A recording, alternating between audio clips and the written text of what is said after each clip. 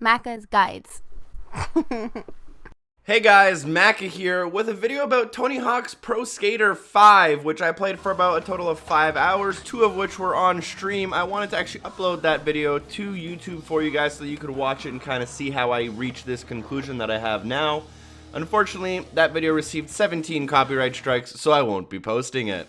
Now, I just dropped into one of the levels, and I'm going to address something right out of the gate. You'll see that the textures have not popped in, and I'm going to sit here and wait until they pop in. Now, usually, I'm not someone who would be caught up with something like this with a little bit of texture pop, and if it's not noticeable. However, this one took about 15 seconds, and on top of that, it has to do it every single time you load in and out of a level, which happens every couple minutes, because every time you do a mission, get in a mission, or get out of a mission, load a level, you have to redo this step. So the texture pop-in, I wanted to show that right off the gate. It takes forever, and it is a serious problem in this game. Now, a lot of you are probably wondering, how good is the game, though, other than the texture pop-in? Well, the game doesn't work that often. Oftentimes, it'll just crash on you, not start properly. I had to do it about 3 or 4 times before I actually got the game to load. And then even once it loads, it does occasionally crash, and sometimes it won't let you select missions once you're in a world, and you'll have to back out, exit the game, and re-enter a level just to be able to select a mission. But then sometimes you'll complete that mission, it'll throw you into a new level, and you won't be able to select any missions, so you have to repeat the process all over. So there's a lot of quitting and loading every single time you play, and sometimes the game just flat out does not work.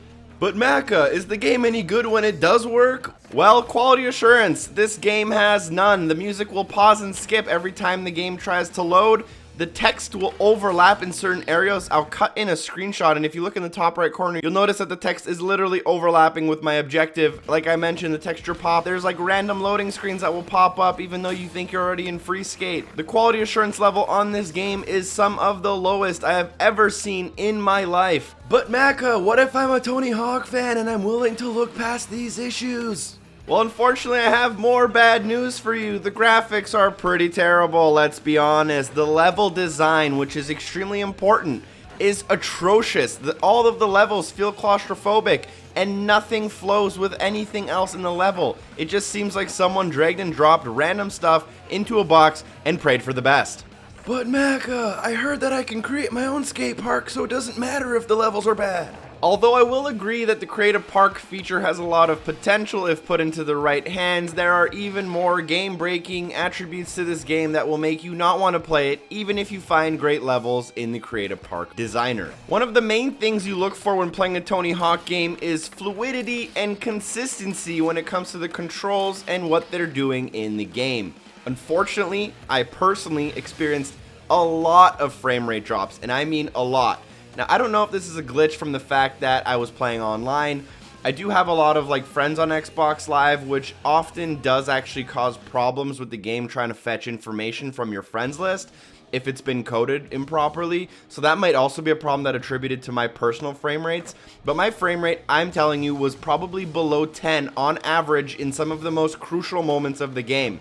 I would be pulling really nice, cool, big combos. I'd be getting ready to land, and then right as I'm about to land and spinning, my frame rate would just drop to 2 frames a second, and it would be impossible for me to land because I couldn't see where I was falling. The frame rate drops were it was impossible for me to competitively play this game and try to get high scores because I would consistently lose frame rates and just crash because of them. I would literally spawn into a level, do absolutely nothing, just turn in a circle and get frame rate drops, and I wasn't even in a move nor doing any of the cool special power-up things. The frame rates will crash on me all the time. I don't know if this is a personal issue or not. Also, the gameplay itself is extremely inconsistent. Combos will randomly end. The fonts are all over the place. The difficulty levels all over the place. Sometimes missions are incredibly easy, but in that same level, sometimes missions are incredibly difficult.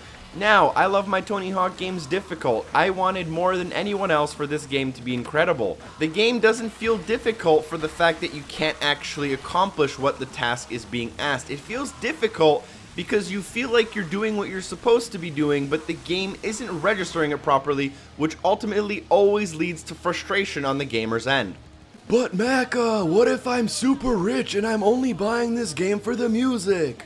So the music selection has always been a staple in Tony Hawk games, and this game does a decent job. There's a 50-50 split on the tracks in my opinion. I would say 50% of them fit well and are good music, whereas 50% of them don't fit well, and I would actually classify them as flat out bad music.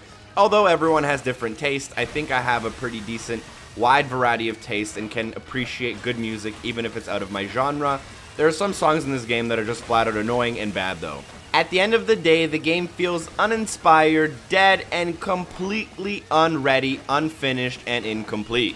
Like I said previously, I wanted this game to be amazing more than anyone else, but there's absolutely no way I can recommend it to literally anyone. Sometimes games have certain audiences or certain niches, but there's literally no one that I think can actually enjoy this game to its full potential for most of the reasons that I have previously listed, which is unfortunate because there are brief instances of like 15 to 30 second combo windows where you forget about all of the problems and you have amazing gameplay in there, only to be reminded that you're playing Tony Hawk's Pro Skater 5 by a frame rate drop or a game crash.